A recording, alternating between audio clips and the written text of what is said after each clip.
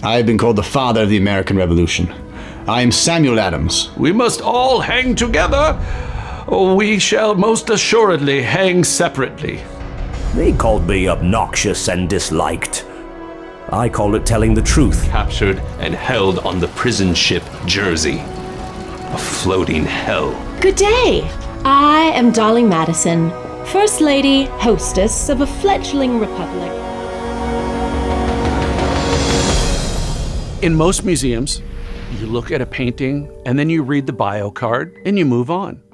And we here at PragerU, we wanted to do something a little bit more. So what we decided to do was engage the newest technology, and that was AI. The project started because the 250th birthday of America is right around the corner. And so we were talking with the White House about potential projects. And one of the ideas that came up was having a museum where the general public could view the men and women who helped build America in its early founding. The series itself lives inside the Eisenhower Executive Office building on the White House complex. Any visitor to that building or to the White House is able to walk the halls, scan QR codes. And all of a sudden, Benjamin Franklin is coming to life, and he's telling you in his own words what he did to help make our country what it is today. Writing the scripts for the Founders Project was an undertaking in and of itself. These went through a lot of rewrites just so that we were historically accurate, we were compelling, and we were true to the voice of each individual founder.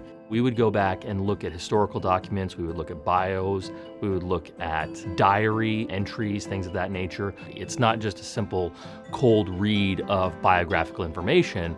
We wanted to capture what they would have been like when they were alive. We have no video records, no audio records. I'm given an image of this founder, right? Out of that comes a voice. You get someone like John Witherspoon and you look, I mean, he seems kind of like a larger than life character. And of course he's from Scotland, so give him a proper accent to go through the script and everything.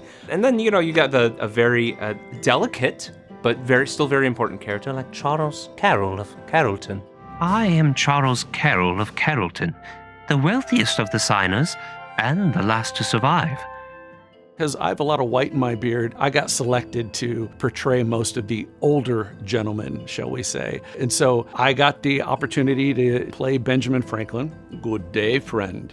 I am Benjamin Franklin, a printer by trade. And we used my performance to translate that into the actual portrait of Benjamin Franklin himself coming to life. It literally wasn't possible 3 years ago without some crazy rigmarole to just do one. And we were able to bring over 60 individuals to life in just a few months. When you use AI tools, the misconception is that you just type something in a box and then push a button and it comes out with the final product, but that actually is far from the reality. As far as creating the B-roll, I would say it was a lot more of a thorough process. It was reading the script, really learning about who the person was, and then asking ChatGPT to create these images and maybe tweaking it sometimes in Photoshop if it wasn't exactly accurate. You would then animate it so that when it was passed along to a video editor, then they can just do their thing. Huge plug to the donors that supported all that, because it's not cheap, but it is doable now, so like, give us more and we will make more awesome stuff. To me, growing up, like learning this in school,